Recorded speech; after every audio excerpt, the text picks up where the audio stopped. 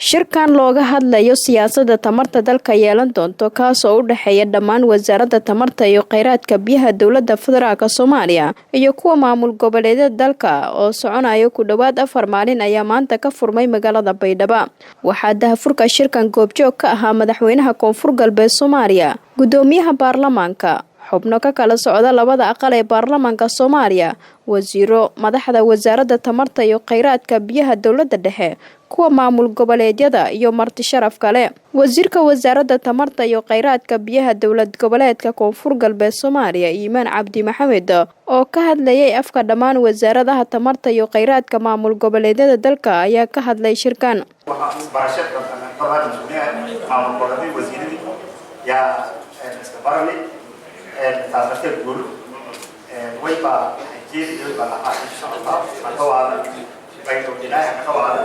magaalada kuleelgaarka Koonfur Galbeed ka dhawaada gacmo furo ka dhawaada insha Allah kulli waan aragteen magaalada Nabadgeo magaalada Degmo ka dhawaada barnaamijka masuuliyiinta ka dhawaada taasidi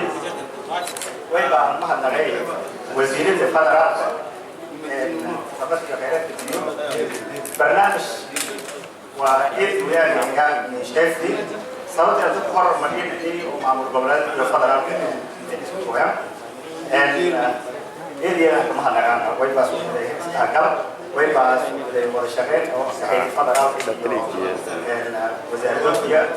تمارس الجامعات الديو ويبقى لنا إيه دي أنا أمانة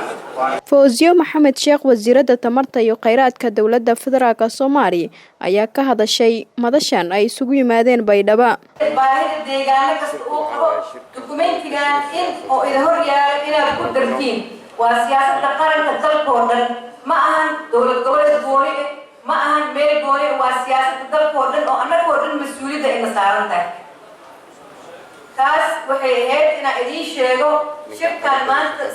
sababta inta u nimid inuu wada tashi yahay wada tashigaasna qof kasta oo Soomaali xaq u leeyahay inuu wada tashi ka dhiibto oo ra'yigiisa uu nasiyo ra'yigiisa aan ku darno aan qaadan ra'yigiisa ma aan ra'yi kaliya annaga aan wadana hadii kale aan gooni aan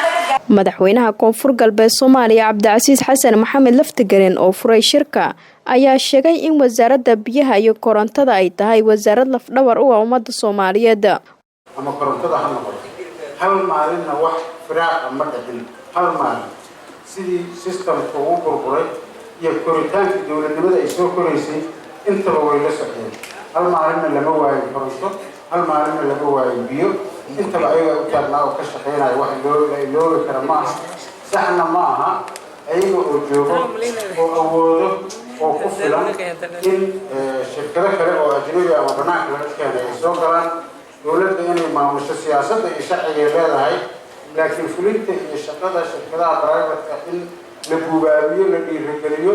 lagu soo dhaweeyo lagala shaqeeyo ayaga ay hawsha hayaan aadaan u soo dhaweynaynaa inaan ka shaqeyno horumarka iyo midnimada iyo dowladnimada